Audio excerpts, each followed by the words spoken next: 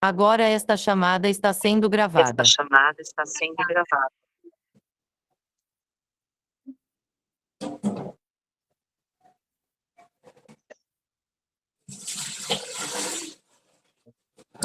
A gente vai esperar mais um pouco. Vamos esperar pelo menos eu chegar à metade. Tem 23 pessoas. Vamos ver se chega pelo menos até umas 25. Aí a gente vai começando devagar e o pessoal vai entrando. Porque tem gente que às vezes demora um pouquinho para entrar, né?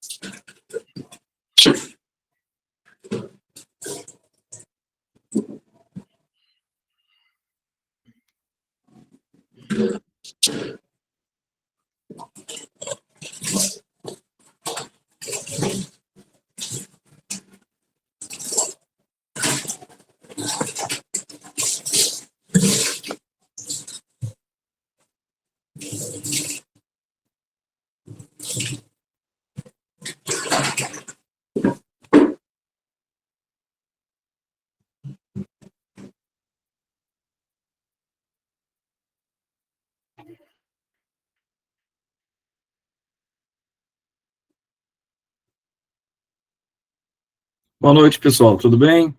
Como é que vocês estão? Bom, tem uma galera que está dizendo que vai atrasar um pouquinho, mas a gente já vai começando, né? Para também a gente não ultrapassar muito tempo. Boa noite, Felipe.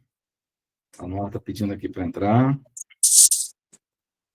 Então é isso, gente. Hoje vai ser a apresentação, a aula da professora Débora Couto, né?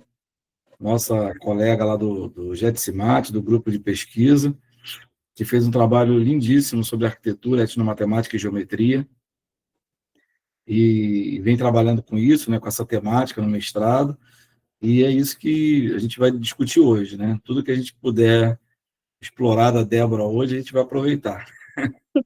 Tá bom? Então é contigo, Débora. Você vai começando aí, que aí depois, no final da apresentação, a gente faz um debate, as pessoas tiram as dúvidas, né, fazem perguntas. E agora é contigo. Obrigada, professor. Essa aí, querida. Boa noite, gente. Como o professor Márcio falou, né? Sou a Débora, faço parte do programa, né? Do projeto Getsimate. E hoje eu vou falar um pouco sobre o meu tema de pesquisa, né? Que é arquitetura etnomatemática e geometria. Bom, ai, meu Deus, não acredito que saiu de novo. Peraí, só um minutinho, gente. Desculpa. Não tem problema, não.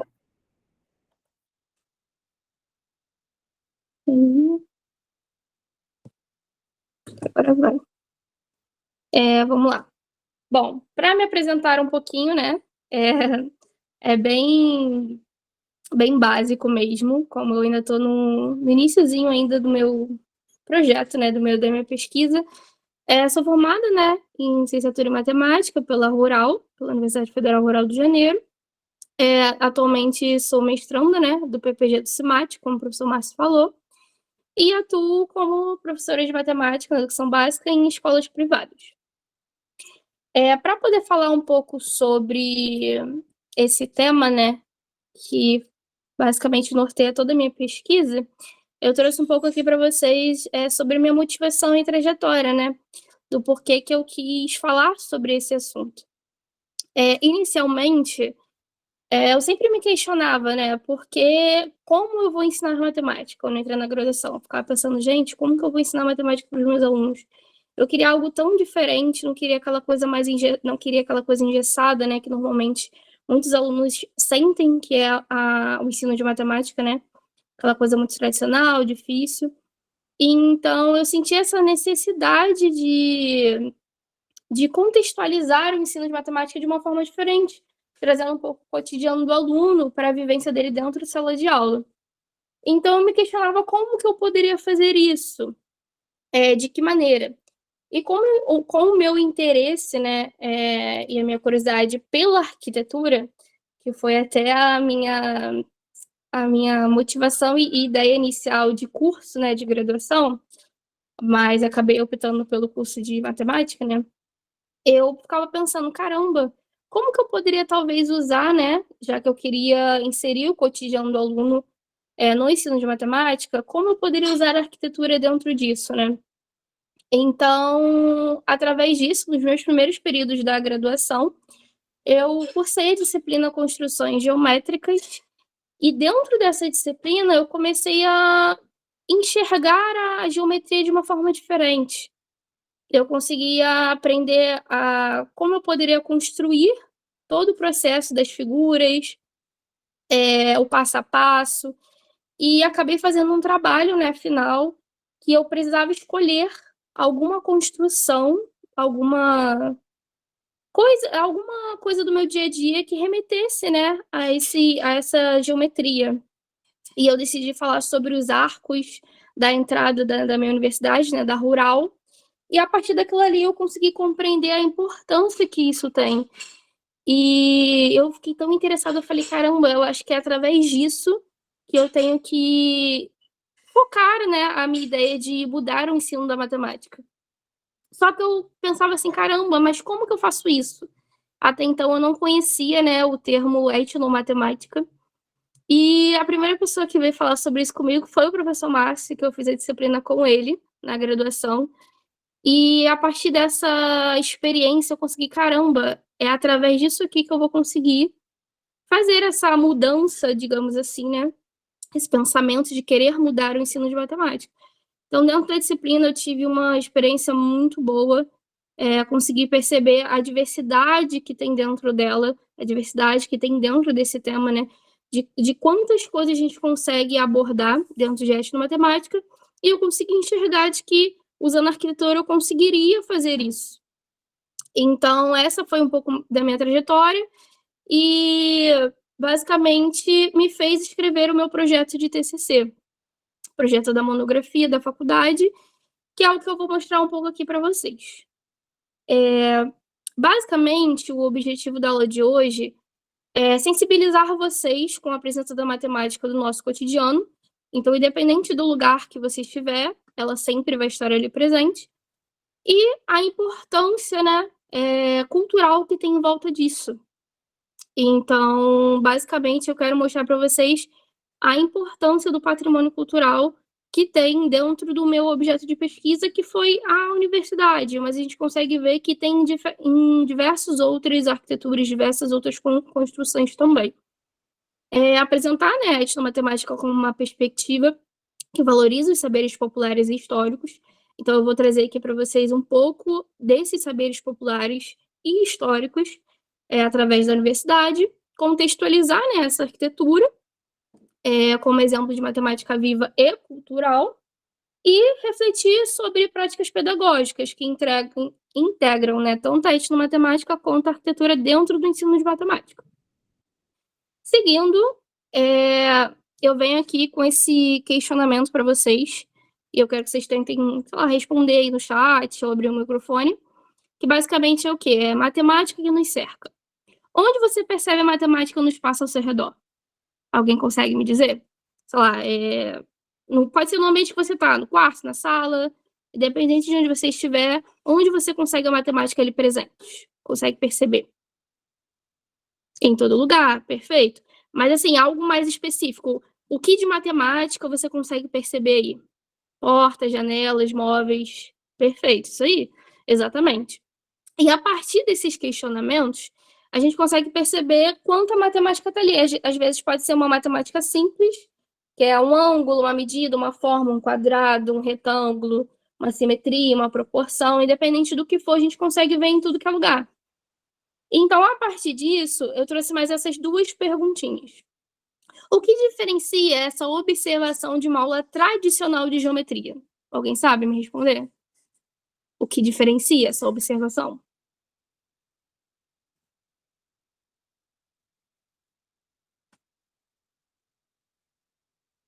A sua realidade, exatamente. A cultura que está por trás do que você aprende no seu dia a dia. As suas vivências, a sua sobrevivência, né, digamos assim. Tem muitas das coisas que a gente faz no nosso dia a dia, no nosso cotidiano, que requer dessa observação, requer do visual para a gente conseguir compreender e entender essa diferença, tanto da aula tradicional quanto da aula, digamos que prática, né? Que seria essa observação. E a partir disso eu também tenho essa outra pergunta. Que saberes culturais estão embutidos nesses elementos que observamos? Essa daqui eu meio que vou responder para vocês, digamos assim, que é basicamente é isso que eu acabei de falar com vocês, é o saber embutido, como assim? Muitas pessoas, ou até, digamos assim, no geral, como que eu posso dizer? A gente, ou, sei lá, vou dar um exemplo até mesmo do trabalho que eu fiz na disciplina com o professor Márcio, que eu falei sobre a vida de uma costureira, né? E ela ali, ela não tinha muita base sobre os conhecimentos básicos da matemática na escola, mas ela conseguiu aprender com os conhecimentos antepassados da sua mãe, da sua avó, e assim por diante. Então, esses saberes culturais são os saberes que estão embutidos ali dentro. Então, a gente consegue perceber que dentro dessa observação dos prédios, da arquitetura, do que está ao nosso redor, significa o quê? Que tem pessoas ali por trás que fizeram aquela construção a partir dos saberes simples que elas tinham durante o seu cotidiano, durante a sua sobrevivência. Então, eu trouxe essa citação de D'Ambrosio, que é: o ser humano se comporta etnomaticamente a cada vez que organiza sua vida, mede o tempo e o espaço. Então, significa que a cada passo que a gente dá na nossa trajetória, na nossa vida, coisas que aprendemos, que conhecemos, que construímos nosso conhecimento, significa que a gente está tendo um comportamento etnomatematicamente. Então, basicamente, a partir disso, eu quero mostrar para vocês que toda essa construção que eu estou mostrando está em todo lugar, como algumas pessoas disseram aqui até nos comentários. E para a gente poder introduzir, né, começar essa aula, eu trouxe essa fala de D'Ambrosio, que foi concedida para uma entrevista, né? Que basicamente ela norteia toda a minha pesquisa, ela é a base principal, que é o que realmente me fez enxergar que existe etnomatemática dentro da arquitetura. Ele fala assim, ó: na sala de aula, você tentar mostrar para os alunos que matemática é muito mais que aquelas regrinhas, aqueles teoremas, aquelas fórmulas, que matemática está em todo lugar. Aí, em Paraty, faça um passeio etnomatemático pela cidade. Você vai ver que riqueza. Como fizeram aquelas calçadas, como fizeram aquelas casas. Isso tudo foi feito por gente. Não eram doutores nem mestres, nada, para fazerem tudo aquilo que eles fizeram. É gente que está cheio de etnomatemática ali em tudo que você olha para um lado, olha para o outro, você vê. Se prestar atenção, você vê formas, dimensões, contagem e um monte de coisa. E isso foi feito por gente comum, povo mesmo, povo verdadeiro, que não precisou ir para a escola para aprender isso. Sala de aula é falar sobre isso. Então, basicamente aqui, ele nos leva, né, para um passeio etnomatemático pela cidade e nos mostra o quanto é importante a gente entender de onde tudo isso saiu, de onde tudo isso foi construído, de quem fez tudo isso, de onde surgem esses conhecimentos.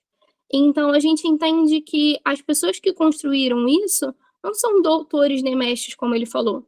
São pessoas comuns, que têm os seus conhecimentos comuns, seus saberes locais, que foram passados e transpassados durante todas as diferentes épocas, as diferentes culturas adquiridas no passar do tempo. Então, significa que não necessariamente a pessoa que construiu aquilo ali, ela foi uma pessoa que realmente teve um estudo, como eu posso dizer, um estudo realmente seguido, né, digamos assim. Ela pode ter parado, às vezes, não ter terminado os estudos, mas não significa que ela não tem um conhecimento prévio sobre aquilo. Às vezes foi passado realmente de geração por geração entre a família, como um pedreiro, por exemplo, um mestre de obra. Às vezes ele tem aquele conhecimento a partir dos antepassados dele. E muitas das vezes, por sinal, ele pode saber muito mais que, às vezes, um arquiteto, ou um engenheiro na hora da contagem, da medição, da proporção. Então, a ideia do meu trabalho é esse, é mostrar que estamos em todos os lugares, que a gente consegue construir todas as coisas. Então, a partir disso, eu quero mostrar que a matemática é uma matemática viva. Então, por estar no nosso dia a dia, no nosso cotidiano, a gente consegue perceber que a matemática ela está ali, junto, com todas as coisas que a gente faz. Então, eu querer falar sobre etnomatemática e arquitetura significa o quê? Que a gente mostra a necessidade que tem da matemática que está ali presente na mão dessas pessoas, né? Digamos assim, e na necessidade que tem de fazer essa construção dessa cultura, né? Então, a partir disso, a gente consegue compreender que o objetivo da etnomatemática é realmente valorizar essas diferentes formas do saber matemático em diferentes povos, tá? Assim, como que eu vou falar sobre o meu tema? Linkando com tudo isso que D'Ambrosio trouxe pra gente. Eu quero que a gente realmente entenda a importância que tem na fala de D'Ambrosio para a gente poder linkar com o meu objeto de pesquisa, que é os prédios da Rural, tá? Então, eu quero que vocês consigam compreender quais formas geométricas ali estão presentes, quais as proporções, quais as simetrias e quais são as suas histórias por trás de tudo isso, tá? Então, eu trouxe esse questionamento aqui, ele foi o questionamento base para a minha pesquisa, tá? Por quê? Por que foi o meu questionamento base? Porque eu queria saber se realmente existiam essas práticas etnomatemáticas na arquitetura, e eu também queria saber se os alunos que estavam ali presentes, eles conseguiam ter essa percepção também, né? Não só a percepção, se eles conseguiam entender o valor que aquilo ali tinha, né? Aqueles prédios ali. Por estarem ali sempre, a todo momento, durante anos, se eles conseguiam realmente perceber se tinha alguma diferença, se tinha algum conhecimento, se a gente conseguiria aprender alguma coisa por trás daquilo ali. Então, esse era o meu questionamento principal, né? Se existiam essas práticas etnomatemáticas na arquitetura dos prédios da Rural. Então, os objetivos, né, da minha pesquisa foi basicamente esses aqui. Reconhecer a matemática como produção cultural e histórica. Então, eu queria que, tanto eu, né, como aluna e autora, quanto os alunos, que a gente reconhecesse que aqueles prédios ali, eles são patrimônios históricos, patrimônios culturais. Então, eles têm uma real importância, mesmo às vezes a gente não levando em consideração isso. Compreender as manifestações etnomatemáticas presentes ali na arquitetura, né? Quais são as diferentes formas que a gente consegue usar a arquitetura para poder ensinar a matemática e, né, relacionar essas formas geométricas e os padrões com os contextos socioculturais. Então, será que esses prédios, o objetivo deles é só a construção? É só o espaço para poder ter aulas? Então, a minha ideia é essa, é mostrar que não é só isso. Tem muita coisa por trás disso. Seguindo, eu, basicamente, como o meu objeto de pesquisa é a universidade, eu queria mostrar que esses prédios, eles não são só estruturas físicas ou estéticas. Eles têm práticas culturais ali por trás. Então, eu queria que os alunos enxergassem isso, e até eu mesma como aluna, porque até então, ou antes mesmo de pensar sobre esse assunto, eu não conseguia ver a minha universidade dessa maneira. Então, eu queria muito que os alunos vissem também dessa forma, vissem e dessem realmente a importância por quem construiu esses prédios para eles poderem estudar, qual é toda a história ali por trás, o contexto, por que essa universidade foi criada. Então, basicamente, a ideia é fazer com que eles reconheçam essa mistura, né, tanto do científico quanto das práticas, do arquiteto ou do engenheiro na hora de projetar esses prédios, quanto a prática, que seriam os saberes dos pedreiros, dos moradores locais que ajudaram nessa construção. Então, para isso, para fazer essa relevância, né, essa mistura entre a ciência e o saber e as práticas, eu trouxe algumas das dimensões da etnomatemática, né, do programa. Todas elas são relevantes para esse trabalho, mas eu trouxe essas 4 que eu acho que foram as principais e mais fundamentais na hora de fazer o embasamento teórico, né, dessa pesquisa. E a primeira delas, óbvio, é a dimensão educacional, que é basicamente a importância, né, da gente promover, né, como educadores, a valorização, né, desses saberes e desenvolver práticas a partir do cotidiano do aluno, da vivência que o aluno tem ali naquele ambiente. Então, basicamente, eu buscar diversas ferramentas, metodologias diferentes para aqueles alunos que estão ali presentes, no caso, os discentes, né, os graduandos ali, para poder ensinar a matemática a partir daquele ambiente. Eu trouxe também a dimensão política e dimensão cognitiva, que é para poder valorizar esses saberes populares e o fazer, né, fora da escola. Então, incentivá-los a compreender que existe, né, uma história ali por trás, que para poder valorizar quem realmente construiu, quem estava ali presente, que não foi qualquer pessoa, mas sim pessoas com diversas culturas diferentes, diversos saberes diferentes. E a dimensão histórica, que eu acho que o principal foco também é como eu vou falar sobre uma universidade sem contar a sua história. Então, contextualizá-los antes sobre todo o processo da sua construção, sobre o que foi criado, né, durante os séculos que foram passados para sua construção, e contar como os diferentes conceitos matemáticos foram inseridos ali. Até porque a gente sabe que a matemática de um século atrás não é, digamos assim, igual a de hoje. A gente constrói conhecimento todos os dias. Então, a ideia é essa, é mostrar como que era a construção da matemática durante toda a história e fazer esse processo para que eles consigam entender de como que foi toda essa construção da universidade. Seguindo, eu trouxe aqui para vocês uma linha do tempo, onde mostra esse contexto histórico da universidade. Então, mostra o passo a passo de como foi construída a universidade, de como ela surgiu, de como ela começou, que foi em 1910, com a Escola da Medicina Veterinária. Então, o foco principal não foi todos os cursos que temos hoje, pelo local que foi criada, né, a universidade, que não foi inicialmente enceropédica. O foco principal foi só a Escola de Medicina Veterinária, que é um dos cursos mais importantes, né, da universidade, pelo aporte teórico lá. E, conforme o tempo, ela foi se reestruturando.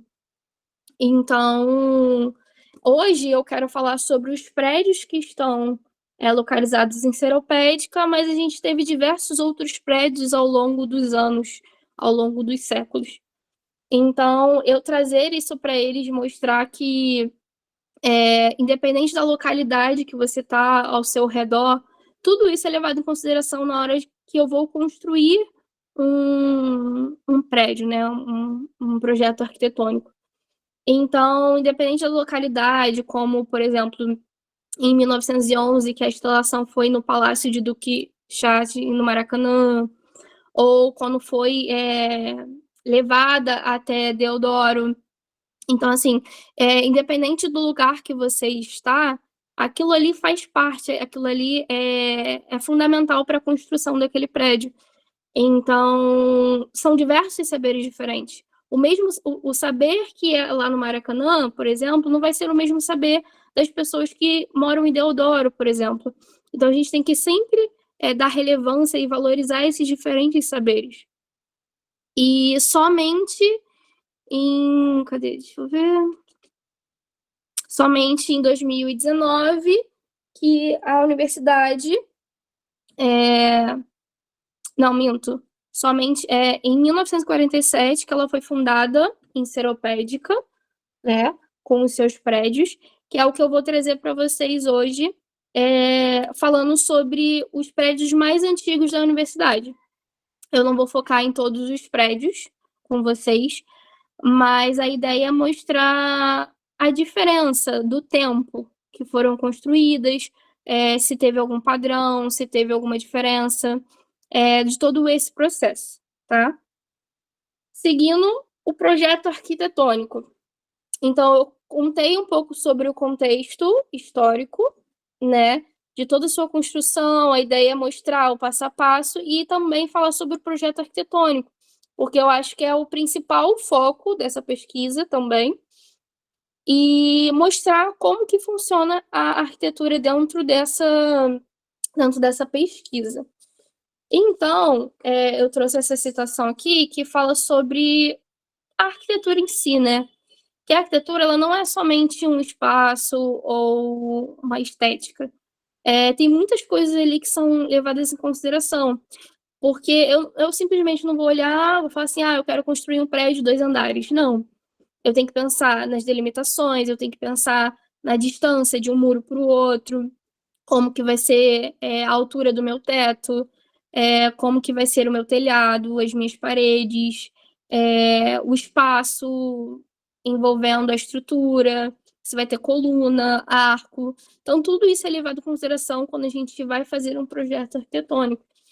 Então, a gente consegue entender que a matemática ali presente, ela vem desde o início mesmo da construção.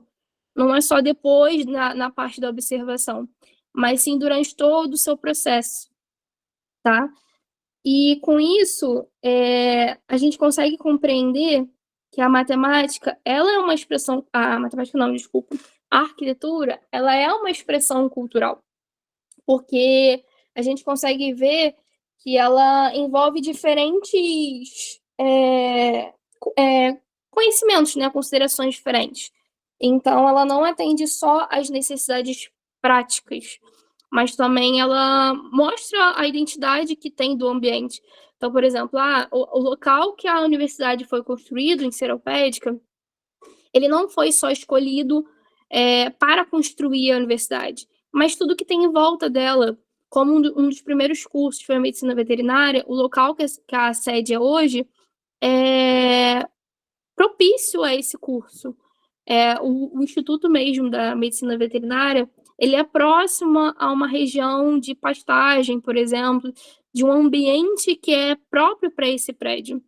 Então, tudo isso é levado em consideração, a identidade que aquele prédio tem, os valores que ele tem para a sociedade, porque os prédios eles são usados não somente para o estudo em si, mas para poder complementar as necessidades de sobrevivência daquelas pessoas que frequentam aquele espaço. Então, aqui eu mostro para vocês, basicamente, esses projetos, né, esses primeiros prédios, eles foram construídos, né, na época de 1930 e 1940, onde ele foi liderado por Eugênio, que foi um dos primeiros arquitetos a começar a construção, né, da universidade, e ele seguiu os princípios do estilo neocolonial. Então, somente no estilo neocolonial a gente consegue já perceber as diferentes estruturas que foram utilizadas para a construção desses prédios. Então, ele resgata os elementos tradicionais da arquitetura colonial brasileira em contraposição às tendências modernistas emergentes. Então, ele escolheu exatamente um padrão específico para poder construir essas edificações, né, voltadas para a sua identidade, né? Então, significa que ele quis buscar a identidade realmente brasileira, a identidade do local para poder construir esses prédios, juntamente com os moradores locais, que foram o aporte, né, fundamental para a construção desses prédios. Seguindo, aqui eu trouxe uma citação também, eu quis falar sobre 3 prédios principais, que é o pavilhão central, que é o P1, que é o primeiro prédio a ser construído, o pavilhão de química e o pavilhão de biologia. Esses 3 prédios em específicos são os mais antigos. Também tem um outro que é o de mestrado, se não me engano. Mas eu deixei ele por fora, então só trouxe esses 3 edificações específicas, porque as suas estruturações, mesmo tendo as suas particularidades, elas são muito parecidas. Então, na época, o arquiteto ele quis construir pavimentações semelhantes.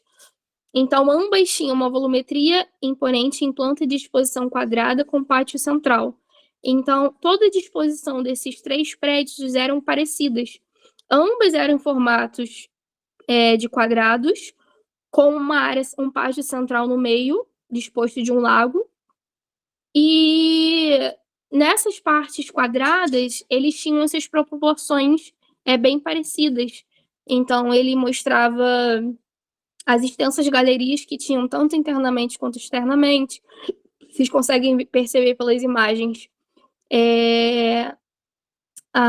as proporções das colunas para cada andar, a quantidade de arcos que foram utilizadas para poder dispor tanto do prédio que seria utilizado, quanto da área externa, que também poderia ser utilizado. Então, eles queriam integrar esses 2 elementos, né? Tanto a parte da construção de forma estética, quanto da parte ambiental também. Então, eles queriam realmente trazer uma estrutura, como que eu posso dizer? Acolhedora, digamos assim, né? Também para os alunos. E a gente consegue perceber que tem extensas galerias, né? Em volta. E a simetria, né? Até mesmo das janelas, como a gente pode ver na primeira foto. Então, tudo isso foi pensado. Mas foi pensado por quem? Sabe? Esse eu acho que é o questionamento central. Foi pensado por quem? Então, isso é o que eu queria mostrar para os alunos, fazer com que eles compreendessem e pensassem a respeito disso. Quem está por trás dessas construções, além do arquiteto? Vocês conseguem perceber isso?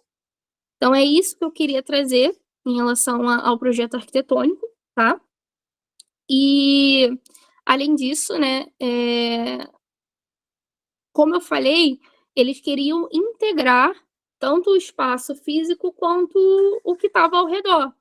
Então, muitas das edificações, no início, né, nos primeiros anos, tinha uma relação com as atividades agropecuárias e a arquitetura brasileira. Então, eles queriam realmente integrar o ambiente que estava ao redor para suprir as necessidades de sobrevivência das pessoas que estariam ali presentes, das pessoas que usufruiriam daquele espaço, tá? Então, basicamente, ele utiliza a arquitetura como um meio de expressar e traduzir sua visão de mundo e suas formas de produção. Então, significa que essa arquitetura, ela pode retratar diversas coisas, como o uso da tecnologia, relações sociais, porque a ideia de uma arquitetura é fazer com que a gente, como que eu posso dizer, supra as nossas necessidades durante a nossa vida, né?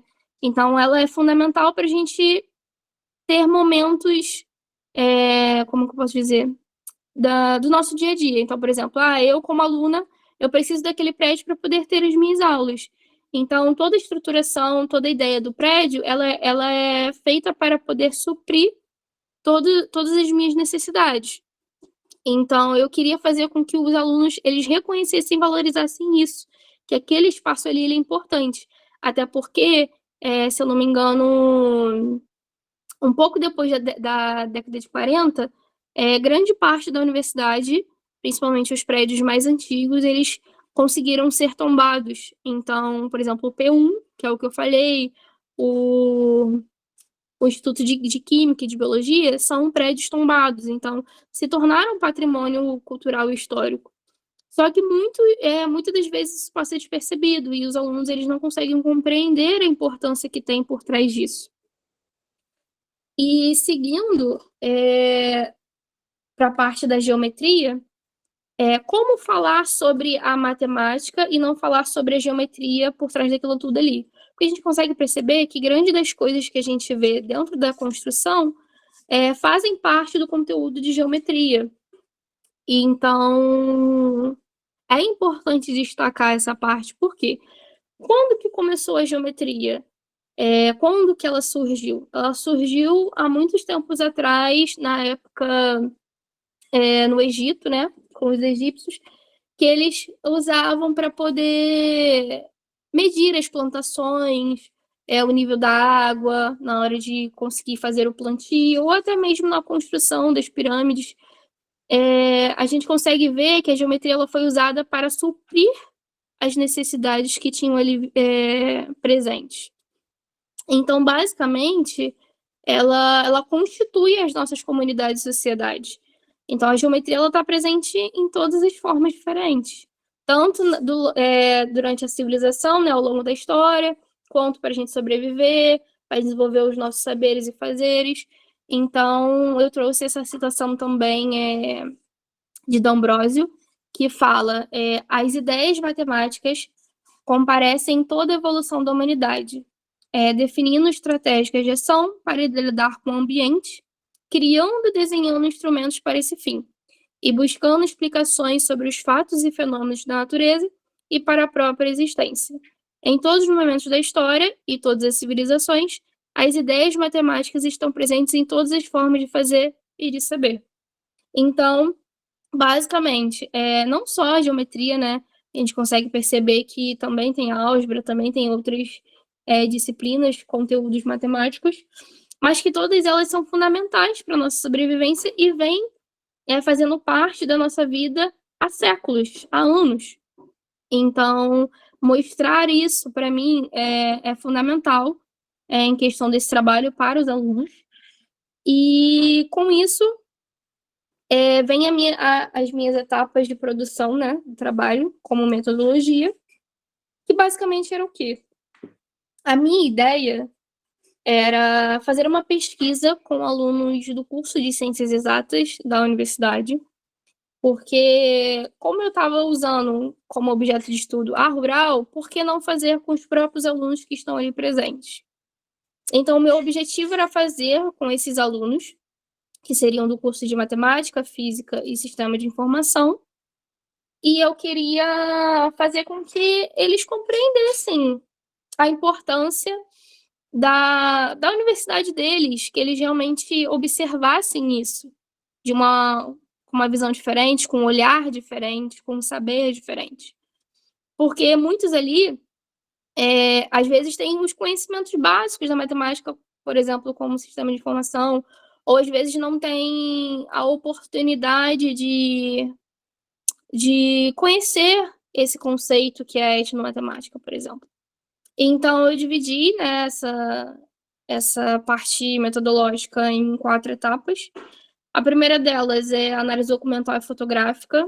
Então, eu busquei, dentro do acervo do LabDoc, que é o Laboratório de Conservação e Restauração de Documentos da Rural, onde ali eu consegui informações como as primeiras plantas criadas para a construção desses prédios.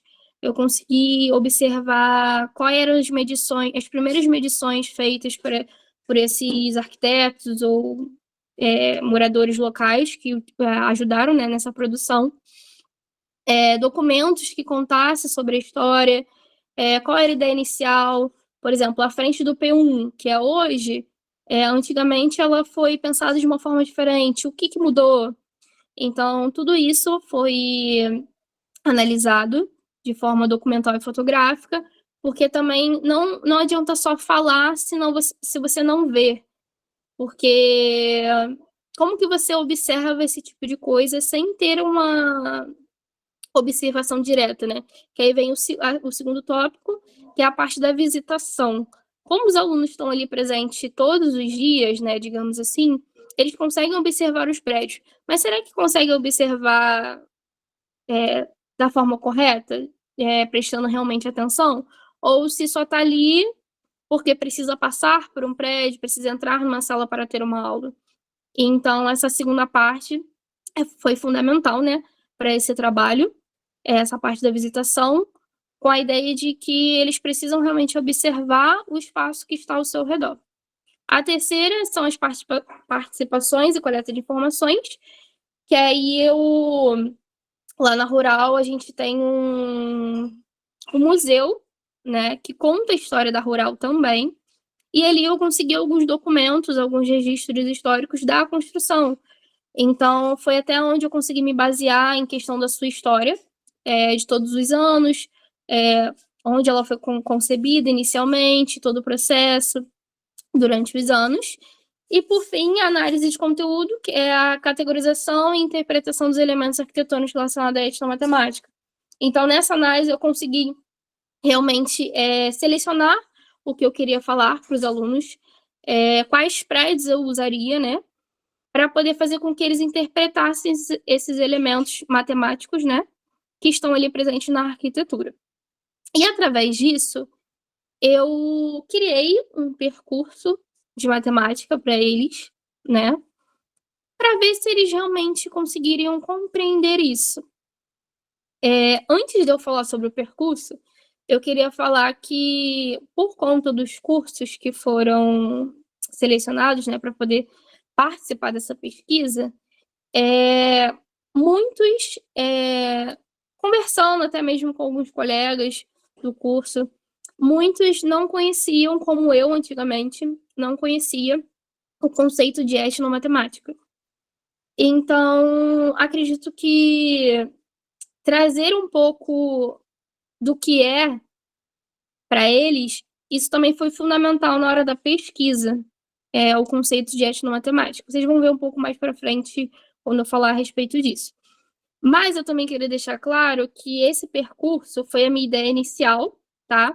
Porque eu queria realmente trazer essa vivência para os alunos que pertencem, né, à universidade, mas infelizmente eu não consegui respostas suficientes, né, para essa parte da pesquisa. Então eu tive que fazer como eu posso dizer, uma observação pessoal, né? Porque como eu era aluna, eu conseguiria também fazer essa percepção, tá? Mas, de qualquer forma, eu consegui algumas respostas, mesmo eu não levando para frente esse percurso, eu consegui algumas respostas que eu achei muito interessante e eu quis trazer aqui para vocês, tá? Bom, primeiro, como eu sabia que muitos não sabiam o conceito, né? O que era etnomatemática, então a primeira pergunta para eu começar o percurso foi: você já ouviu falar sobre etnomatemática? Se sim, nos conte sua compreensão a respeito desse campo de estudo.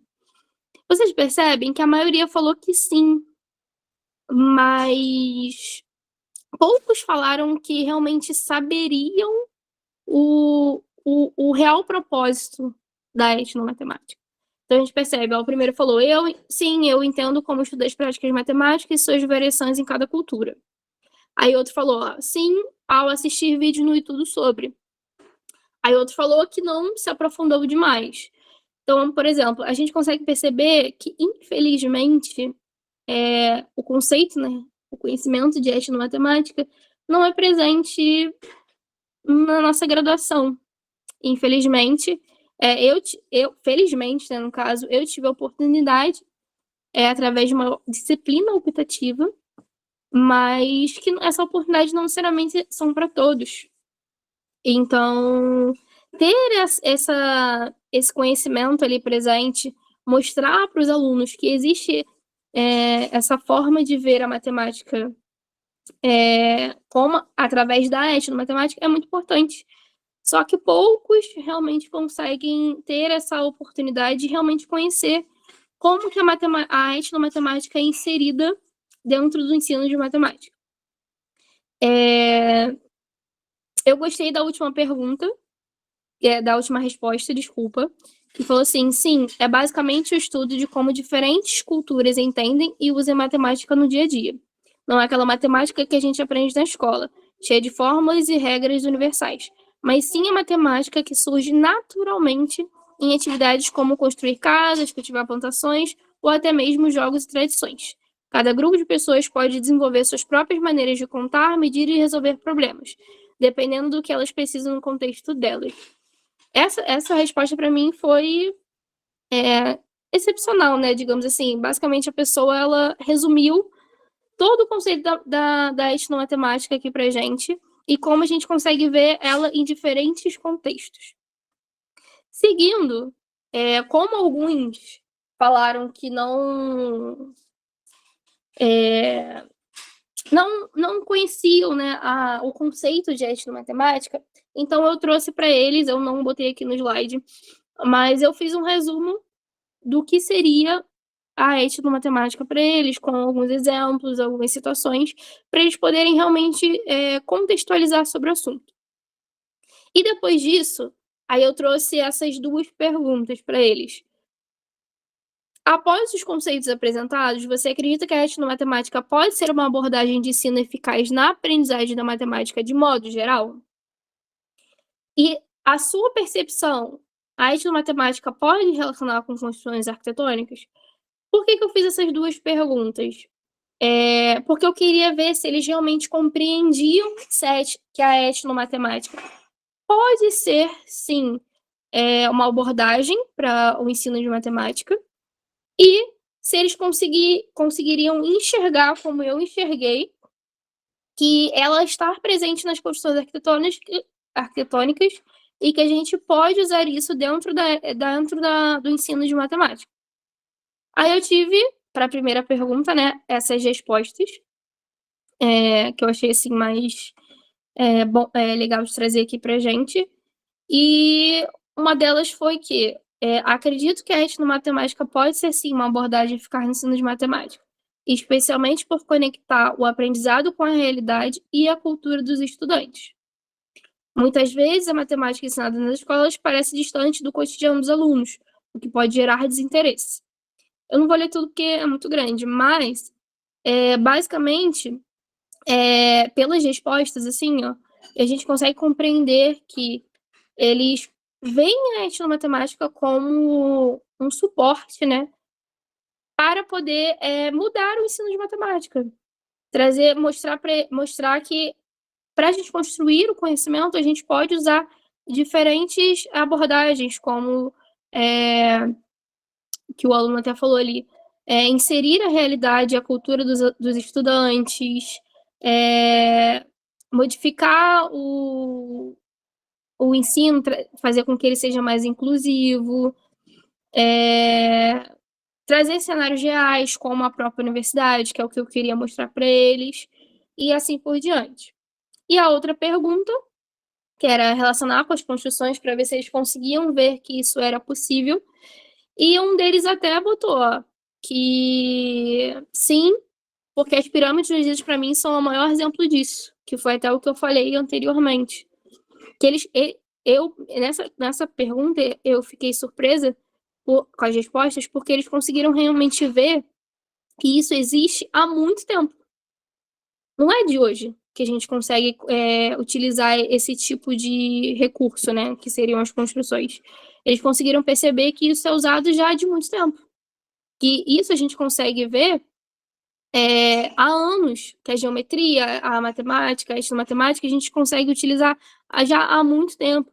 Só não foi conhecida há tanto tempo assim, né? Descoberta há tanto tempo assim. Mas que a gente consegue utilizar diferentes conceitos, como o aluno falou, né? Que a gente consegue agregar esses conceitos com álgebra, geometria, aritmética. Então, a gente consegue envolver diversos conhecimentos matemáticos dentro dessas construções arquitetônicas. E um outro comentário, ele usou, tá vendo, a própria universidade para poder falar sobre essas construções. Então, foi um aluno que conseguiu perceber que os prédios que ele ali frequenta durante 2, 3, 4 anos, ele conseguiu perceber a importância e de que eles podem ser usados para poder ensinar matemática. Então, essa resposta para mim foi ótima, porque estava indo no caminho que eu queria chegar com esses alunos. Aí aqui eu já fui mais um pouco para a prática, né? Então eu quis realmente envolver a ideia desses prédios que eu queria trabalhar, para ver se eles conseguiriam criar algum conhecimento a partir daquilo. Então, eu fiz essa pergunta. Ao observar o pavilhão de Química, que elementos arquitetônicos parecem incorporar princípios geométricos? Como esses elementos podem refletir a aplicação de conhecimentos matemáticos aprendidos na escola na concepção do prédio? Aí eu tive essas respostas. Alguns falaram como eu posso dizer, alguns conceitos matemáticos um pouco mais avançados não, né, digamos assim,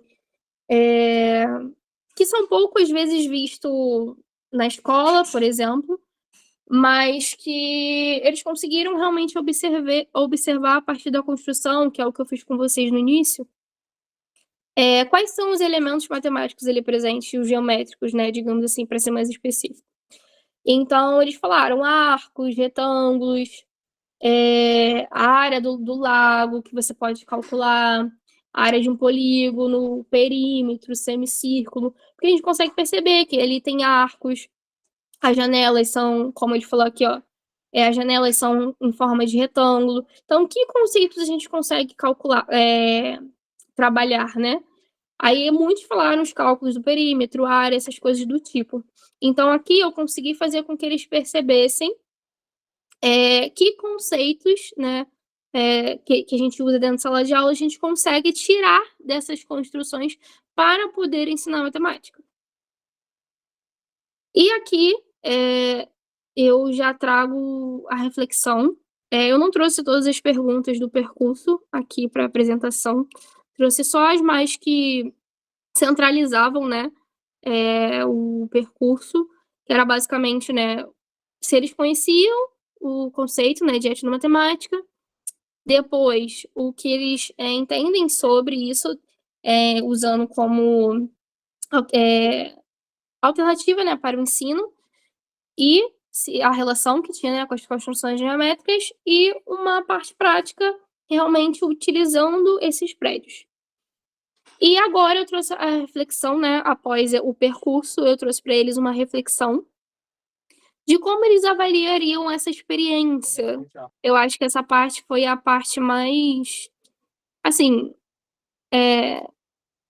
realizada para mim, né, com as respostas que eu tive, mesmo sendo poucas, mas eu fiquei muito feliz com as respostas, que falam sobre como você avalia sua experiência com o percurso, explorando os conceitos etnomatemáticos presentes nas construções arquitetônicas dos prédios antigos da Universidade Rural do Rio de Janeiro.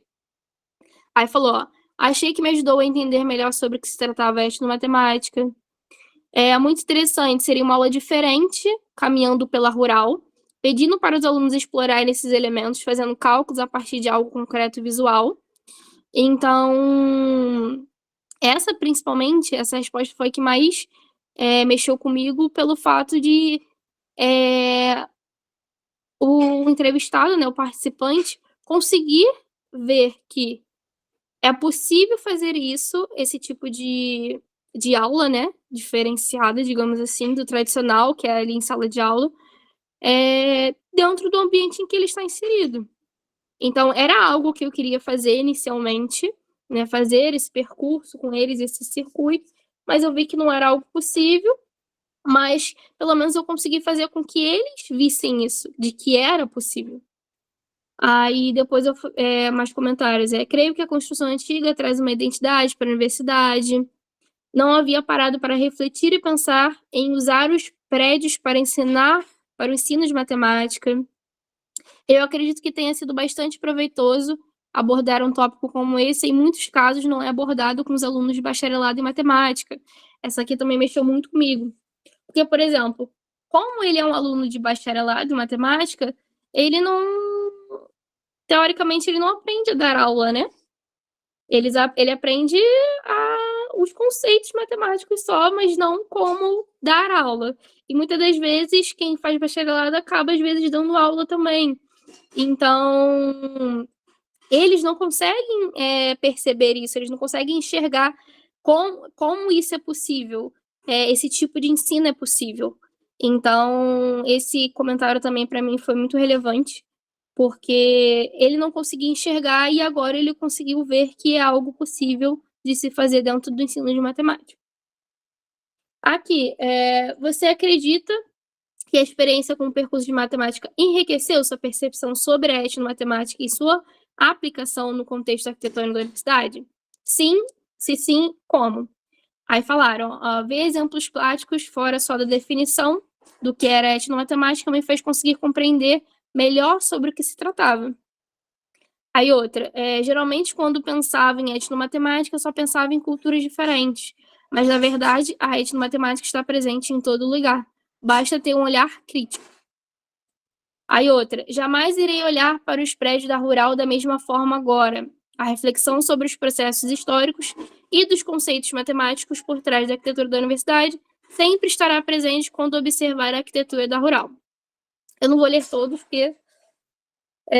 mas muitos falam sobre a mesma coisa. Eu fiquei muito feliz com o retorno que eu tive dessas respostas, né, com esse percurso, porque fez com que eles conseguissem perceber o que eu já estava percebendo e que eu queria que eles percebessem.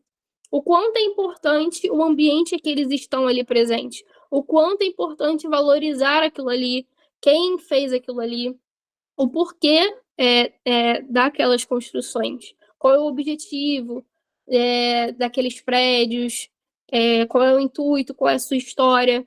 Então, fazer com que eles tenham uma visão diferente, um olhar diferente agora, isso para mim foi muito importante durante esse processo do trabalho, da pesquisa. E aqui eu pedi alguns pontos positivos, né, para eles. Aí falaram, traz novas perspectivas, ver a matemática ser trabalhada em exemplos reais. Achei legal poder ver a Rural com outros olhos, adquirir uma nova perspectiva de pensamento, ver a relação entre cultura e matemática de uma forma intrínseca, entre outras coisas. Então, mostrar isso, né, mostrar esse ensino de matemática de uma forma diferente, acredito que seja positivo em todos os aspectos. Tanto pensando em valorizar, né, esse patrimônio histórico e cultural, quanto criar novas conexões, conhecer novas culturas de todo esse aporte teórico. E aqui eu quis também trazer, né, que foi, no caso, a base principal do meu trabalho, foi a reflexão e interação minha dentro desse ambiente acadêmico. Então, eu trouxe essa pergunta como reflexão. Como as construções arquitetônicas da universidade refletem a interseção entre a etnomatemática e cultura local dos prédios antigos da universidade? E de que forma essa relação pode contribuir para o resgate e valorização do patrimônio cultural? Então, basicamente, eu como aluna e autora, né, fazendo com que os alunos percebessem isso, eu quis fazer essa ligação, essa relação entre a etnomatemática e a história da Rural para poder contribuir, para poder fazer com que os alunos resgatem e valorizem a importância que tem esses prédios. Além disso, né, fazerem com que eles compreendem quais são os conhecimentos matemáticos ali por trás. E de que forma os prédios em questão servem como exemplos de como espaços físicos podem influenciar e ser influenciado por práticas educacionais, considerando princípios etnomatemáticos de aprendizagem e interação social. Então, basicamente, eu tento, né, mostrar para eles e para mim como os prédios podem ser usados como práticas educacionais. E eu digo isso não só para a matemática, tá? Porque como a gente trata sobre contexto histórico, a gente pode relacionar com outras disciplinas, tá? Como a visualização das estruturas, a arte. A gente pode envolver diversas disciplinas para essas práticas educacionais. Então, significa que a gente é influenciado por essas construções para poder aprender com elas, e também elas são influenciadas porque a gente consegue fazer com que elas sejam valorizadas. E para meio que finalizar já, isso mostra que a etnografia está muito presente durante todo esse trabalho, durante toda essa pesquisa. E então a etnografia ela mostra o quê? Que ela não é apenas um método, mas uma forma de ver e ouvir, uma maneira de interpretar, uma perspectiva analítica, a própria teoria em ação. Então significa que a gente tem que estar ali como ator principal, tá? Então eu como pesquisadora, eu estar ali como ator principal para observar o que tem ali em volta, para buscar as informações, os conhecimentos com quem teve participação presente em todo esse processo. Então, buscar a ideia, a história por trás das construções foi fundamental para todo esse meu trabalho. Então, aqui na Rural, ela basicamente, a gente consegue entender que, repetindo o que eu falei, ela foi construída por arquitetos e engenheiros, mas a gente tem que compreender que por trás de tudo isso teve outros saberes e outras pessoas que contribuíram para fazer isso. Então, essa etnografia, ela me ajudou nessa parte, entender e buscar quais foram essas outras pessoas por trás de toda essa construção. E eu trouxe esses questionamentos que ficam mais para vocês pensarem a partir de todo esse trabalho que eu apresentei e levar isso para vocês também como professores, talvez, caso vocês queiram, né? Que são os seguintes, né? Onde vocês já observaram matemática fora da sala de aula? Que formas, medidas ou repetições vocês notam na arquitetura da sua cidade? Então, assim, antes de eu ler as outras, eu só queria contextualizar que eu falei sobre a Rural, mas não significa que ela é a única que pode ser utilizada para esse tipo de conhecimento, esse tipo de metodologia de ensino, tá? A gente pode usar qualquer ambiente que pertença ao cotidiano do aluno.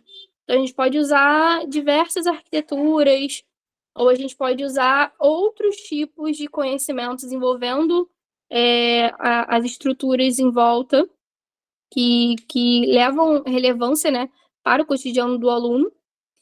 E eu penso também, como podemos trabalhar a etnomatemática com meus alunos a partir da arquitetura local?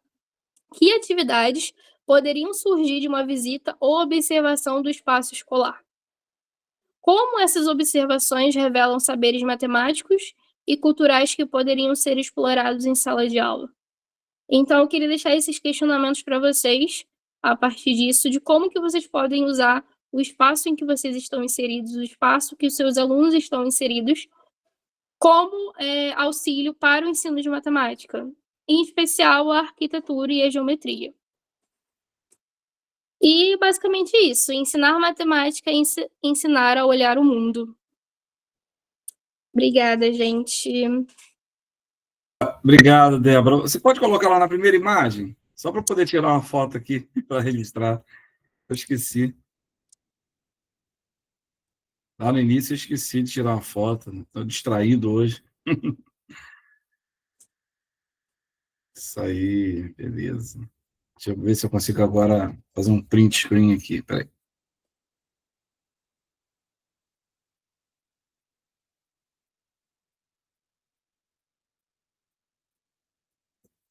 Beleza, vou mandar agora lá no... Peraí.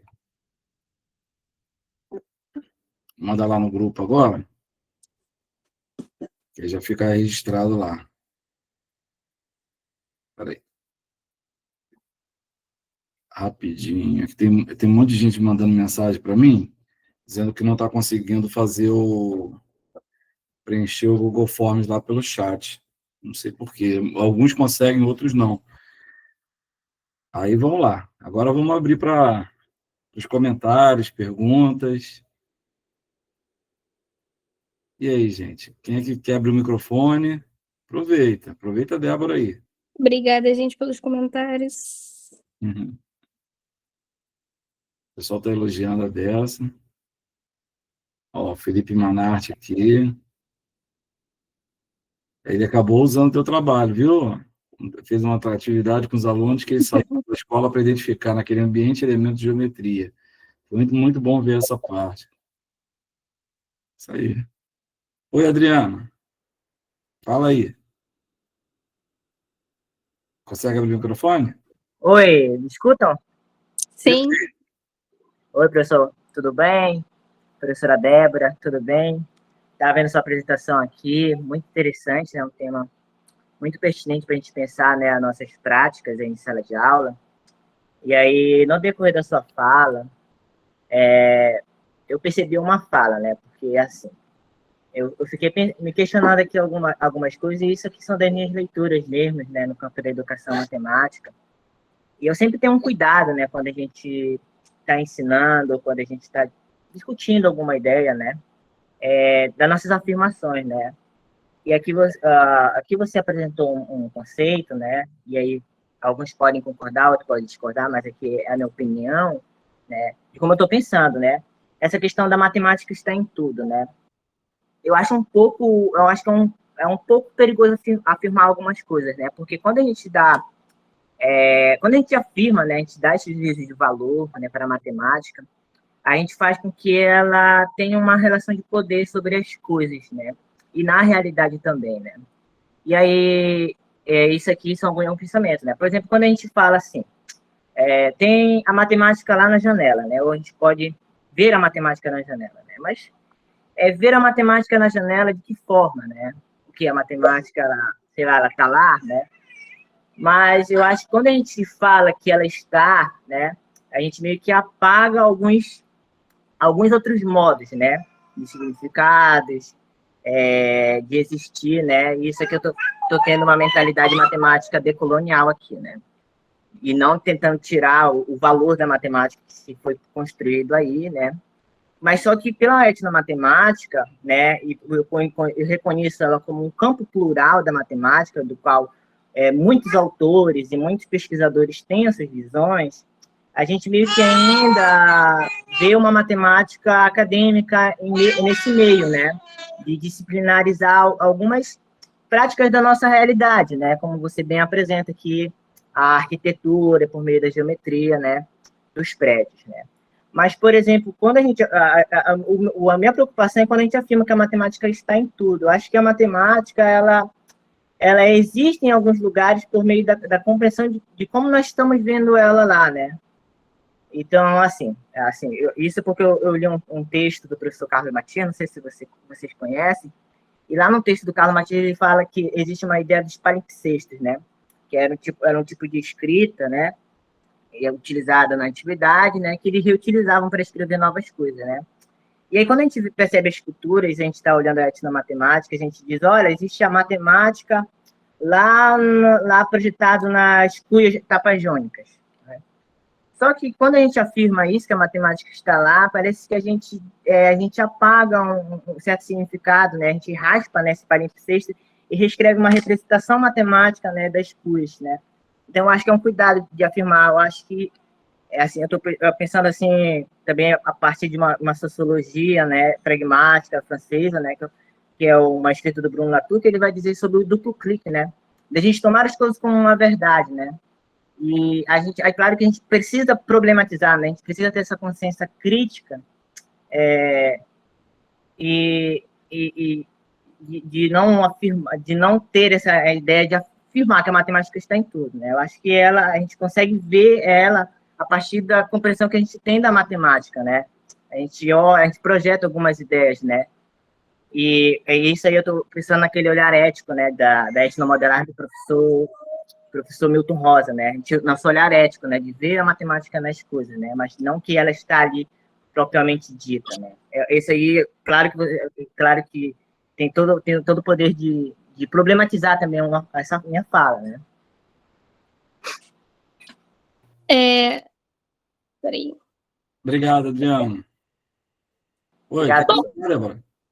Não, então, assim, eu entendo o seu posicionamento a respeito disso, até porque é complicado, sim, falar que a matemática está em tudo, mas nesse caso aqui, eu quis mostrar que não é apagando, por exemplo, por isso que eu sempre quis deixar claro aqui, Não é apagando a história da Rural, por exemplo, por eu falar que a matemática está em toda a sua construção, tá?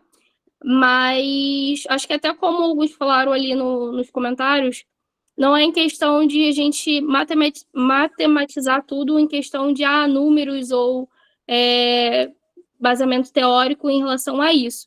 Mas não, é só para a gente mostrar que se eu quero utilizar etnomatemática, eu vou contextualizar aquela ideia, eu vou contar a história por trás daquilo ali, como que foi constituído aquilo tudo, mas mostrar que não necessariamente que para sua construção ela precisou sim de uma matemática.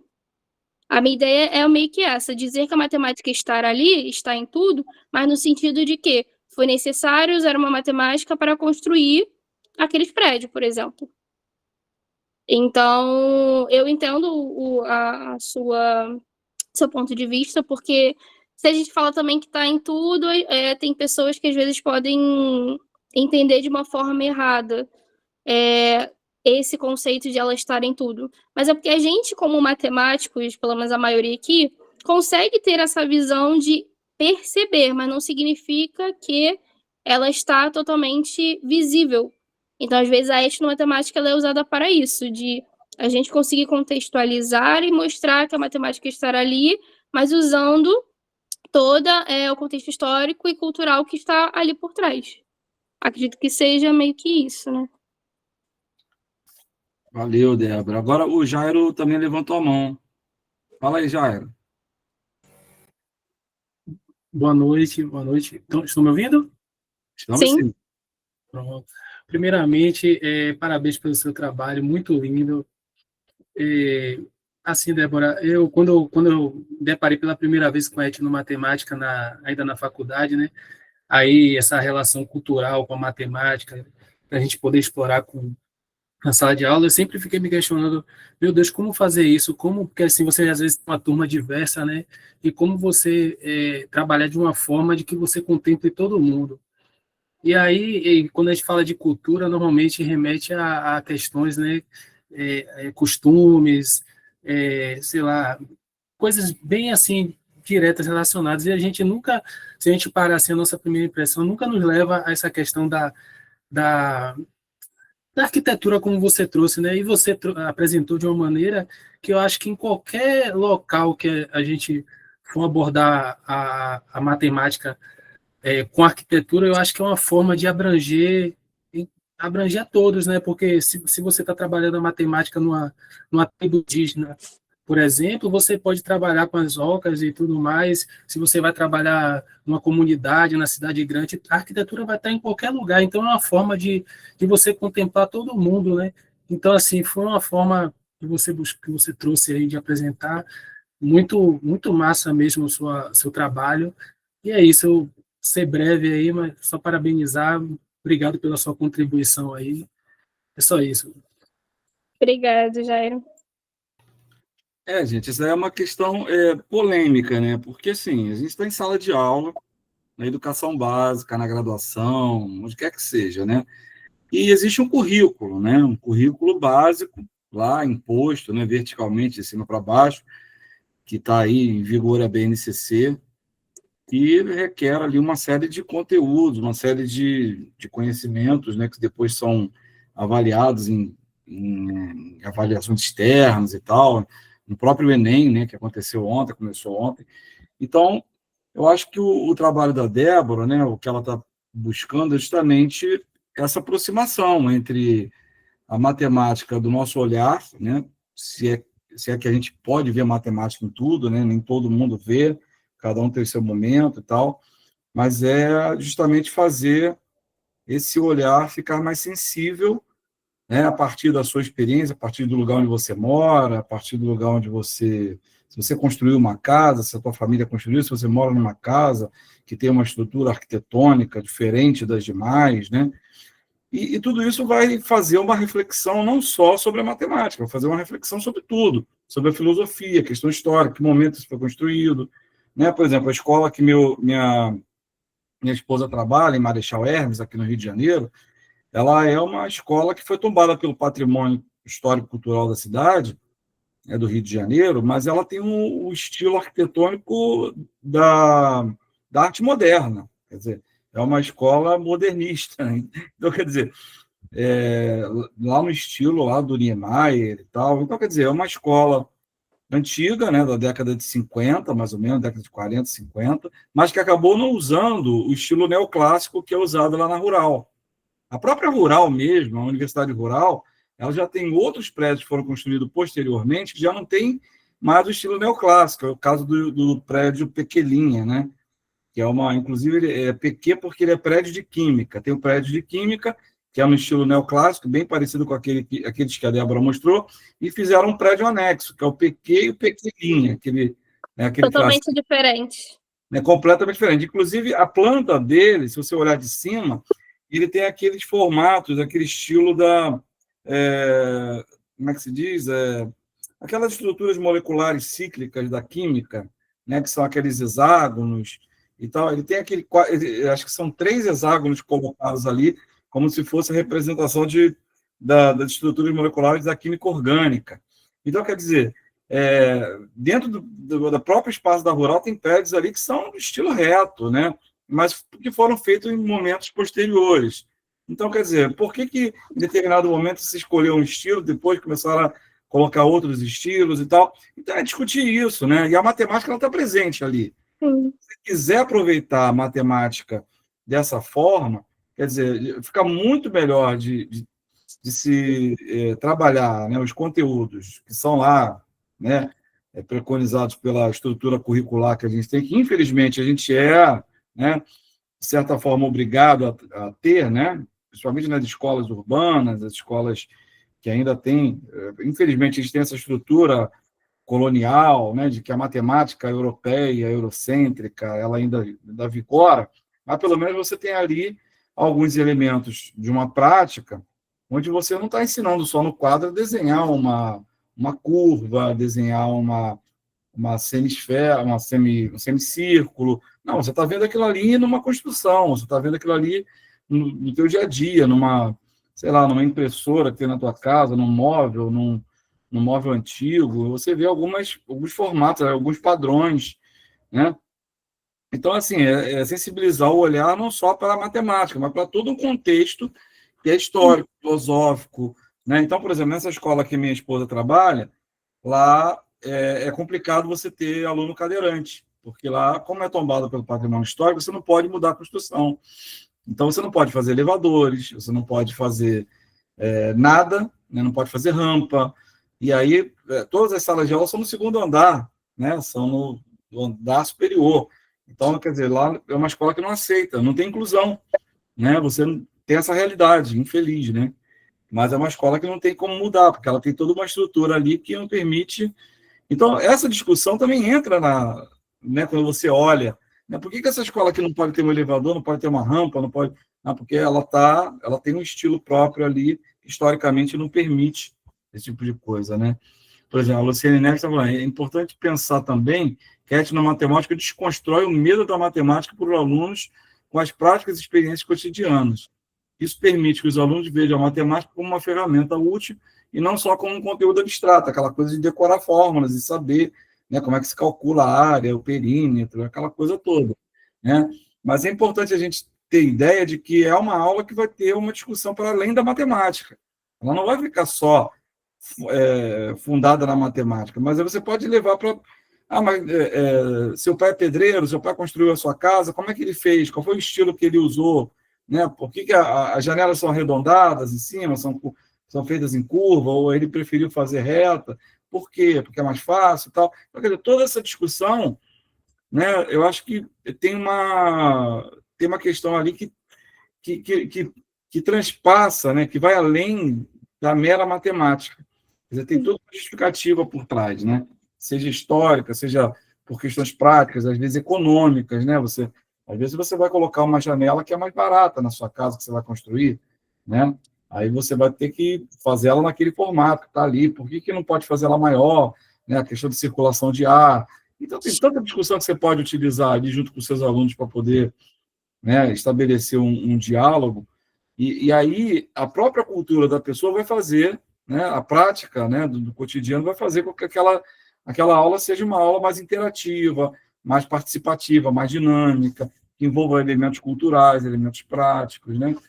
E não fique só voltado para aquela coisa do cuspigis. Então, eu acho que essa que é a grande contribuição, né, do trabalho da Débora, né? Ela trabalhou, ela focou no espaço que ela estudou, né, que foi a Universidade Rural, mas eu acho que isso vai para qualquer lugar. Você pode qualquer escola, né? Você pode utilizar qualquer espaço escolar, né? Qualquer Dentro da escola, fora da escola, qualquer lugar. bairro. Por que o bairro pode ter uma estrutura, né? Tem um modelo De ali forma geográfica, pode ver a distância. Exatamente.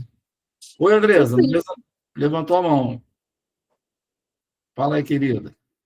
Olá, tudo bem, pessoal? Oi, Débora, primeiro, parabéns. Vocês não estão me Obrigada. vendo, né? Não, Ah, agora foi. parabéns, seu trabalho está muito lindo, adorei, fiquei muito, assim, interessada, arquitetura, né, Márcio? Lá no nosso grupo tem diversos, né? Já resume. Então, eu achei muito legal quando a arquitetura e fiquei pensando, né? E aí falei, quero ir lá ver, já quero ver a sua defesa, a sua qualificação. E falou da Rural, né? Que é a nossa casa, que é o nosso lugar. E eu cheguei na Rural um tempinho atrás, já, lá em 2005. Então, falar do Pequelinha, onde eu tive aula, é muito interessante e chama a atenção a arquitetura e os prédios diferentes, né? O Pitágoras. E quando eu saí da Rural, estavam construindo aquela parte ali de trás, lá do mestrado, ali depois do Instituto de Educação, ali para trás. Eu nem conheço, lá para o lado do Instituto de Geologia, que já tinha, então fizeram alguns prédios novos. O Pati, lembrei o nome. Pati. O Tarci, um professor. O pátio é uma construção. O pátio é totalmente quadrado. É totalmente diferente. É um estilo arquitetônico contemporâneo, né? Não tem nenhuma cara da Rural ali. Inclusive, é como se fosse uma reprodução do Instituto de Multidisciplinar que tem em Nova Iguaçu, né? Que é o campus de Nova Iguaçu. Eles colocaram naquele modelo PAT, né? Exatamente a mesma coisa. Isso,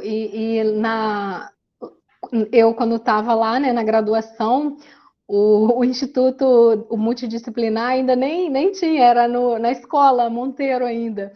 Então, assim, é muito legal ver, ouvir, né, e fazer essa conexão com a matemática. Para mim foi muito interessante. Eu atuo hoje, né, nos anos iniciais, e a gente fica sempre procurando algo novo, interessante. Eles são muito do lúdico. A minha orientadora, ela falava, o lúdico com intencionalidade, por favor. O jogo pelo jogo, vamos, né? Enfim. Então, o jogo pelo jogo é quando a gente está querendo mesmo um momento de descontração, né? É aquele momento, Dia das Crianças, vamos fazer uma coisa, né, solta, uma coisa livre de amarras pedagógicas e tal, vamos fazer um momento de lazer mesmo. Isso. E aí, poder, assim, ver seu trabalho e ter esse olhar foi muito interessante. Você foi falando, foi me, assim, aparecendo várias ideias, agora como ajudando lá na coordenação, e a gente tem que estar sempre muito criativo para, né, ajudar lá os professores. E já fiquei logo pensando que hoje a escola que eu atuo, ela é muito bonita. Foi uma das coisas que mais, assim, me encantou. Eles têm um jardim lindo lá, atrás tem um campo. Aí eu falei, gente, tá aí, ó, a arquitetura e a matemática, vamos ali levar tudo junto, trabalhar tudo junto. E adorei muito, achei muito interessante mesmo. E tá ouvindo, né, a história da nossa universidade é muito legal, foi muito prazeroso, foi muito gostoso. Parabéns mais uma vez, tá? Obrigada, que bom que você gostou. Obrigado, Andressa. Fala aí, Fábio. Boa noite, queridos, boa noite, queridas. Tudo na paz? Débora, excelente. O seu trabalho, eu acho que ele vai ao encontro e colabora, né? Traz uma contribuição muito grande para aquela pergunta que o aluno sempre faz, né? Onde eu vou usar matemática? Né? Então, acho que essa pergunta, você ajuda a responder, né? E não tem como, vou virar a câmera aqui, não tem como eu não falar para o meu aluno da matemática do dia a dia se eu não mostrar. Eu estou aqui na minha obra da casa, né? Retângulos, o pedreiro precisou ser um cara fantástico para colocar aqui a escada, né? Então, fazer a matemática acontecer no dia a dia, né? Então, você vê um telhado sendo feito, o ângulo, caimento. Então, isso é matemática. Galileu Galilei escreveu que a matemática é o alfabeto pelo qual Deus escreveu o universo, né? E eu acho que o seu trabalho ele vem ao encontro disso, sabe? De trazer a matemática mais próxima, né? Claro, é óbvio que nós precisamos também da matemática pura, porque senão eu não saberia qual o ferro que iria usar aqui, né? Não adianta ter a estética bonita, a arquitetura bonita, mas não ter resistência. Então, a matemática pura ela tem seu lugar, e assim como a matemática crítica tem seu lugar, a educação matemática tem seu lugar. Eu acho que o seu trabalho ele perpassa por essas questões, sabe? É um trabalho multifocal. Eu acho que dá para a gente trabalhar muitas coisas dentro desse trabalho, olhando a matemática de forma arquitetônica, né? Estética. Eu acho que funciona muito bem. E assim, está de parabéns para continuar com esse trabalho aí maravilhoso, né? Então, segue, porque é por aí mesmo. Eu acho que somou muito para o nosso grupo aqui, sem dúvida, sem dúvida. Obrigada, Fábio. Você quer ver uma coisa que lembrou agora, cara? Quando eu visitei acho que foi uma casa, um casarão desses lá de Tiradentes, se eu não me engano, não sei se foi Tiradentes ou Ouro Preto, né? Que eles faziam as senzalas embaixo da casa, né? E a altura não dava para uma pessoa andar em pé. E a pessoa que me acompanhou lá falou assim, não, isso daí era feito de propósito. A senzala, ela tinha um teto baixo justamente para que as pessoas andassem curvadas, né? Para que não desse, né, aquela sensação de empoderamento das pessoas, né? Dos sujeitos lá, dos escravizados, eles andassem curvados mesmo, tivessem dificuldade, para que isso fosse mais um sofrimento para eles, viver num ambiente onde ele não podia ficar em pé, né? Não podia ficar em pé, tinha que ficar sempre curvado o tempo todo, e aquilo ali era uma forma também de submissão. Eu fiquei tão chocado com isso, né, que é uma construção feita justamente para isso, né? E tem uma coisa que também eu queria lembrar, lá no grupo, eu coloquei um videozinho do Instagram, de uma fala do Ailton Krenak, né, que é aquele indígena que trabalhou na Constituinte e tal, né, na formação da Constituição do Brasil de 88 e tal, e é um cara assim, que tem muita lucidez. E no vídeo ele fala, poxa, quanta matemática tem ali na hora de você fazer uma cestaria e tal. Quer dizer, ele mesmo já identifica que a matemática está presente ali, né? Então, não é a questão de você apagar a etnomatemática dos indígenas, a etnomatemática da Constituição Civil, né, em detrimento, colocar a matemática acadêmica, eurocêntrica, no lugar, né, em detrimento dessas matemáticas. Não, é mostrar as duas coisas, né? Como é que a pessoa constrói ali uma oca, como é que ele constrói ali uma cestaria, ele vai explicar como é o método dele, como é que são as estruturas que ele utiliza para fazer aquilo ali, e a gente, com o olhar da matemática acadêmica, da matemática ocidental, fazer essa conexão, né? Porque não é jogar uma coisa fora, né? Supervalorizar uma coisa em detrimento da outra e vice-versa, né? Quer dizer, mostrar como as duas coisas podem interagir, né? Eu acho que esse é o grande barato, né, dessa visão ambrosiana da etnomatemática, porque até então não existia muito essa discussão da decolonialidade, não existia na época do Drambós, isso veio agora, né, mais recentemente e tal.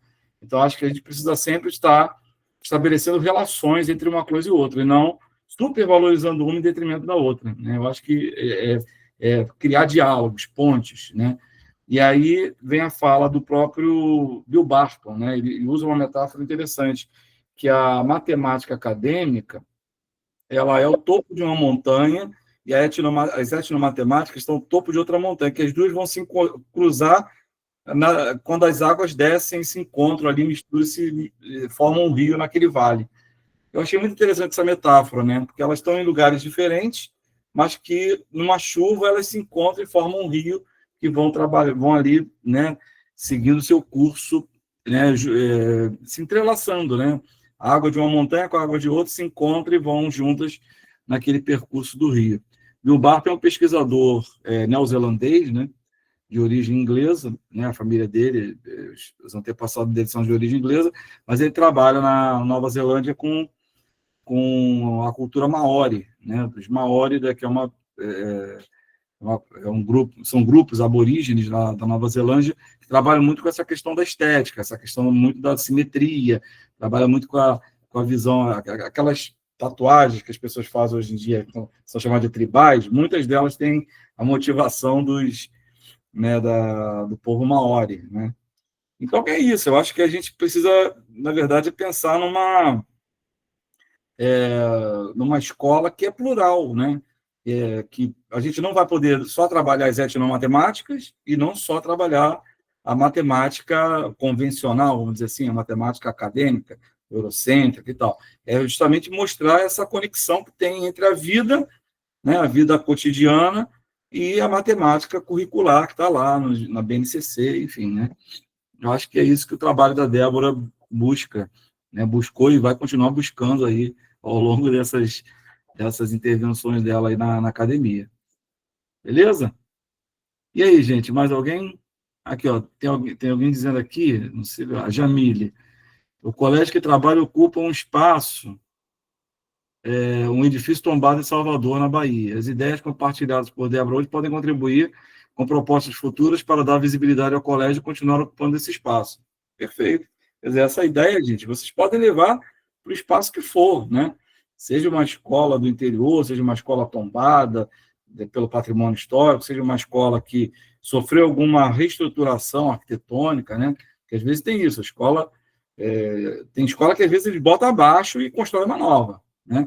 Tem escola que às vezes eles pegam e fazem uma remodelagem, né? E para até mudar o estilo, ampliar às vezes e tal. Quer dizer, se ela não for tombada pelo patrimônio histórico-cultural. Mas eu acho que é isso, é usar o espaço da escola justamente para poder levantar essas discussões, né? E aí, mais alguém, pessoal? Quer fazer um comentário, uma pergunta? Não? Bom, então acho que eu vou falar rapidinho sobre o trabalho final, que o pessoal está falando, está pedindo aqui um pouco, né? Nossa hora já passou assim 5 minutinhos, mas eu mandei lá no grupo o que seria a ideia desse trabalho final. Eu não sei se vocês conseguiram ver por lá, né? Então, a ideia é que vocês façam um plano de aula, né? Um projeto, né, escolar, um plano, né, um planejamento de um projeto escolar ou de um plano de aula, alguma coisa que tenha a ver com aquilo que a gente vem discutindo aqui, né? Alguma coisa que seja inovadora, talvez, que vocês tenham feito na escola, mas que seja uma forma da gente ter acesso aqui no nosso grupo de WhatsApp. Então, o prazo que eu pedi para vocês é até o dia 30 de novembro, né? De preferência mandar após a 8ª aula, né? A última aula que vai ocorrer no dia... não lembro aqui. Mas vai ser, a partir da última aula, vocês já vão poder mandar, né? Então, é aquela coisa, né? Um plano de aula que tem um título, né? O título seja um título bem motivador, bem interessante, uma justificativa, quer dizer, responder a pergunta para que esse trabalho serve, né? Para que ele... então, responder a pergunta, o para quê, né? Qual foi a observação importante que vocês tiveram na escola, que levaram a planejar essa atividade, o ano, a turma, se é pública, se é privada, os objetivos, né? Por que usar essa abordagem, né? E aí, a metodologia, o como, né? Como foi feito, quais foram os materiais utilizados, qual é o material que pode ser utilizado nessa aula, nesse projeto, público-alvo, tempo de duração, etapas de aplicação, formas de aplicação, e detalhar o desenvolvimento da atividade, né? Dizer qual é o desenvolvimento da atividade, suas etapas, fases, se tiver imagens, seria ótimo. Que aí seria uma forma de vocês lançarem aqui, né? E vocês colocando aqui, todo mundo vai poder ter acesso, né? Então, dependendo do título, seria bom até colocar o título assim, bem em destaque, na hora que for colocar aqui em anexo, aqui no nosso grupo do WhatsApp, que aí a pessoa vai lá e olha o título, já se interessa, já abre e vê, né? De repente, já é uma forma da gente trocar, né? Fazer troca de sugestões, porque o plano de aula não é só para a gente, é um plano de aula que, assim como o trabalho que a Débora trouxe hoje, ele possa ser replicado em algum outro espaço, em qualquer espaço. Claro que cada um vai fazer vão fazer suas devidas adaptações, né? Cada um vai pegar o trabalho da Débora e falar assim, poxa, eu posso pegar e fazer basicamente a mesma coisa na minha escola, mas dando ênfase de uma coisa em específico, né? E aí a pessoa pode fazer essa adaptação que seja necessária. Então, a ideia desse plano de aula, ou esse projeto, né, esse plano de um projeto escolar, é para responder essas 4 perguntas, né? O que, como, por quê e para quê.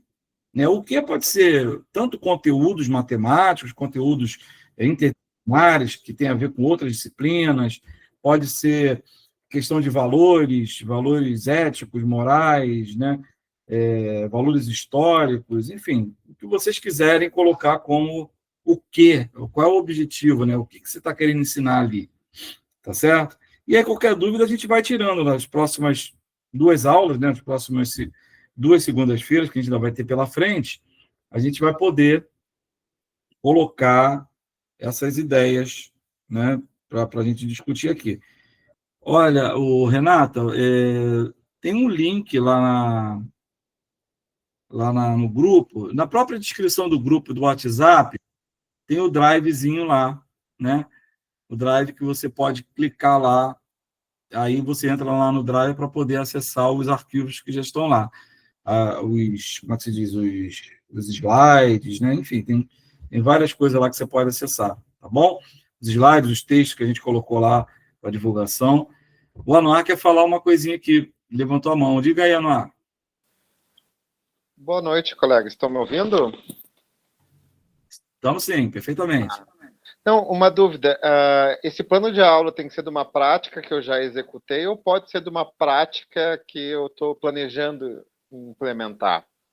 Então, aí pode ser a seu critério. Uma prática que funcionou, que deu certo, ou alguma coisa que, a partir das nossas discussões aqui, surgiu uma ideia. Poxa, eu vou pegar a aula da Débora, né? A ideia da Débora, eu vou montar uma aula baseado na ideia dela. E você planeja lá e manda para a gente aqui, entendeu? Quer dizer, pode ser uma coisa que você já fez e que tem a ver com isso que a gente está falando, né? Alguma coisa que, a partir daquilo que a gente veio discutindo aqui, ainda vai ficar ainda mais por 2 semanas, né? Conversando aqui, aí fica à vontade, você pode ficar à vontade para escolher se é alguma coisa que você já fez ou alguma coisa que você pretende fazer no futuro. Tá bom? Tá. Obrigado. Boa noite. Nada. Boa noite. E aí, pessoal, mais alguém? Entenderam mais ou menos como é que é a estrutura do curso? Do curso não, do trabalho final, perdão. Então, beleza. Qualquer dúvida que vocês tenham, pode me chamar aqui no privado, pode perguntar lá no grupo. Tá? E com relação ao Drive, eu lembro até que a gente tinha colocado, eu vou colocar ele lá novamente, lá nas nossas conversas, e vou fixar ele, porque ele estava fixado, né? Tinha lá aquele alfinetinho. Eu não sei por que ele saiu. Aí eu vou tentar aqui colocar o... Professor, Oi? o link está na descrição do grupo. Ele realmente estava fixado, mas agora ele está na descrição. Isso, é porque eu vi que ele está na descrição, que alguém colocou lá. Mas agora eu fixei de novo, agora eu entendi por quê. Porque ele foi fixado, mas ele tem a duração de 30 dias. Né? Eu vi aqui agora, na hora de fixar novamente, tem a opção de 7 dias, 14 dias e 30 dias. Aí eu coloquei novamente de 30 dias, então ele vai ficar ainda por mais um tempinho lá. Fixado, né? Mas lá na descrição, lá em cima, se clicar lá no curso, aparece lá a imagem, né? O nome do curso, e o link do Drive aparece lá, que é só aparecer. E aí tem também as fotos e tal, né? As imagens que a gente baixou aqui. Aí vocês fiquem à vontade para poder usar o tema que vocês quiserem para esse trabalho final, tá bom? E aí vai ser muito legal a gente ter essa troca lá no grupo do WhatsApp. Mandem por lá, mas sempre de preferência a partir da última aula, né? Para a gente não embolar as informações aqui. Quer dizer, acabou a última aula, eu vou mandar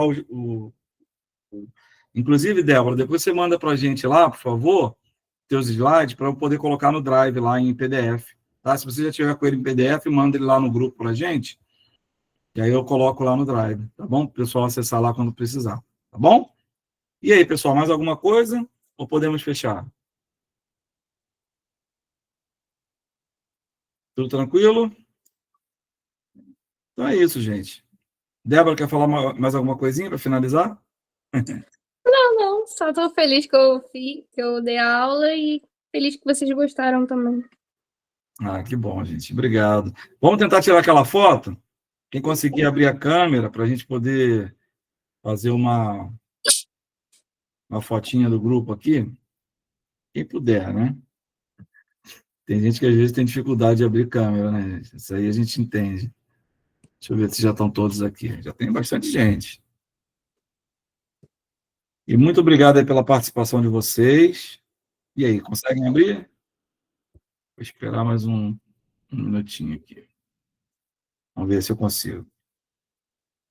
É que as mensagens estão aparecendo aqui, estão aparecendo as mensagens, estão entrando na frente das imagens do pessoal. Opa, acho que agora vai, hein? Então, vamos lá. 1, 2, 3 e... Sorriam. Beleza, gente. Vou mandar lá no grupo, tá? Pessoal, obrigado aí por tudo, pela presença, pela participação, pelas nossas conexões. É sempre muito bom a gente estar junto. Valeu? Tchau, gente. Tchau, pessoal. Valeu, pessoal. Um abraço. Boa noite. Tchau, tchau. Boa Parabéns, noite. Débora. Obrigada, Débora, e parabéns mais uma vez. Obrigada. Obrigado. Um abraço.